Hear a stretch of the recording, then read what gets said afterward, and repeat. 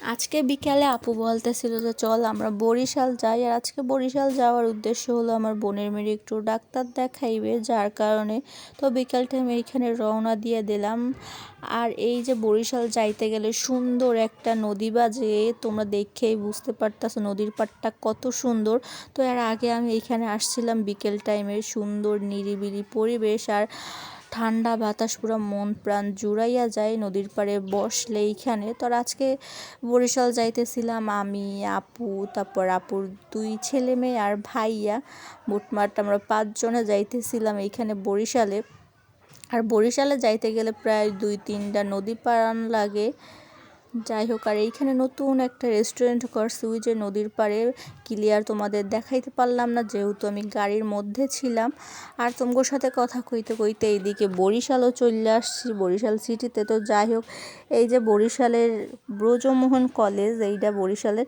তো আর এই কলেজটা অনেক এরিয়া জুড়ে, আমার তো সেই লাগে এই কলেজটা। তো যাই হোক, এইখানে বরিশাল আসলে তো দুই পাশে শুধু খাবারের দোকান, খাবারের গ্রানে মোমো করে পুরা, মাঝে মাঝে মনে হয় গাড়িতে নেমে দৌড় দিই।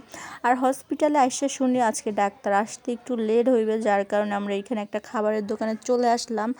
আর এই দোকানটার মোংলাই অনেক মজা ছিল, তো মজা মজা কইরা খাইতে খাইতে প্রায় 2 প্লেট মোংলাই খাইয়া ফেলাইছি আমরা। খাওয়া দাওয়া শেষ করে ভাবলাম একটু ঠান্ডা কিছু খাই, তো এইখানে হচ্ছে কেন জুস নিয়ে নিছি, আমি আর মনু 2 জনে মিল্লা খামু।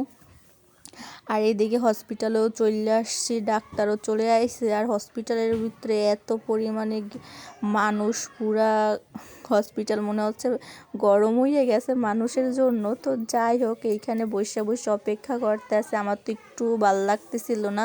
প্রায় 1-1.5 ঘন্টা ধরে শুধু সিরিয়ালে বসেই রয়েছি। তারপর ভাবলাম এখানে একটু হাবিজুবি খাই। তো এইখানে পরে ভাইয়া আমাকেও সেন্টার ফ্রেশ আর হচ্ছে চিপস আইনা দিছিল, তাই বসে বসে আমরা খাইতেছিলাম। আর এই চিপসগুলো মোটামুটি মজাই আসছিল। আর এইখানে হচ্ছে ডাক্তার দেখানো শেষ, আর এবার হচ্ছে আমরা চলে যাবো। তো প্রায় অনেকক্ষণ বসে রওয়া লাগছে আমাকে ডাক্তারের জন্য। আর এই যে অলমোস্ট গাড়িতে উঠাই গেলাম।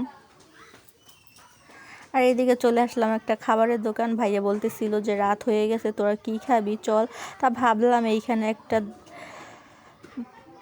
কেক খাই, তো এইখান থেকে কেক নিয়ে নিলাম আর তার সাথে নিয়েছিলাম একটা পিৎজা। এই যে, তো এইগুলো নিয়ে এখন আমরা চলে আসলাম। আর এই যে হচ্ছে কেক পিস পিস করা ছিল, কেকগুলো পিস করে দিছে।